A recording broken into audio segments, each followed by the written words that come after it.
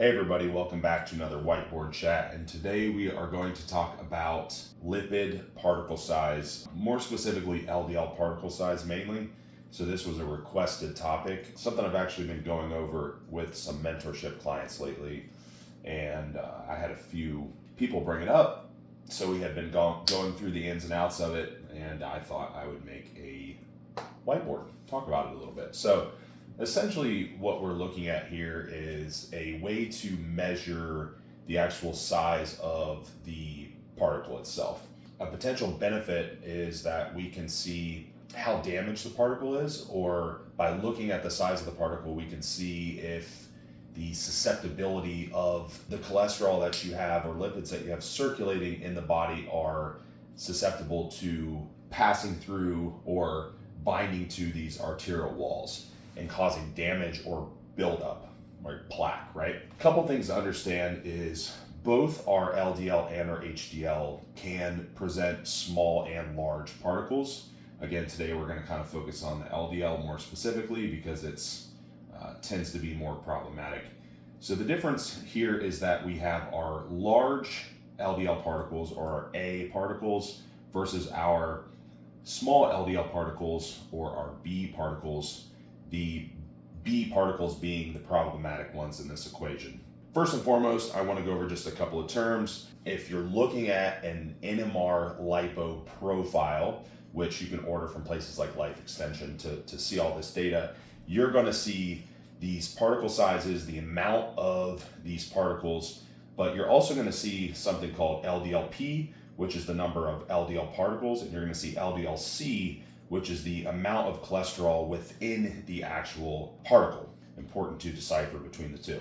Now, first, we want to figure out what are these particles, or what's the difference between the two, and why can they be, one can be problematic and the other is not.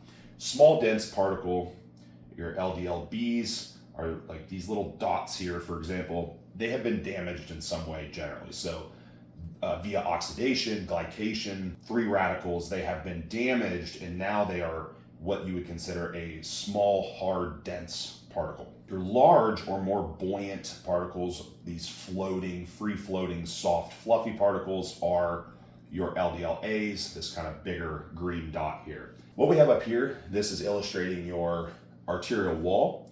This is illustrating the endothelial lining that kind of shields it, if you will. What we don't want to happen is we don't want this endothelial lining to be damaged, and we don't want these particles to stick. Large LDL particles, or A particles, they're generally considered too big to get through this endothelial lining. The small particles, however, can slip between those endothelial cells and kind of gain access to the inside of that wall and start to stick and cause damage, eventually leading to plaque buildup, blockages within those arteries. When we're looking at this lipo profile, or more specifically the NMR lipo profile as it's called, we want to see a certain or a lower amount of small, dense particles.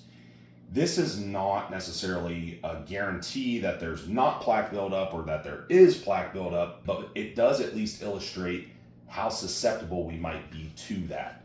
So in order for these LDL particles to slip through, they again have to be small and dense, but also it's generally accepted that this endothelial wall has to be damaged to allow more of those to get through. So things like chronic inflammation and insulin resistance and anything that's going to damage the lining of those vessels or arteries will make it easier for the LDLB particles to slip through.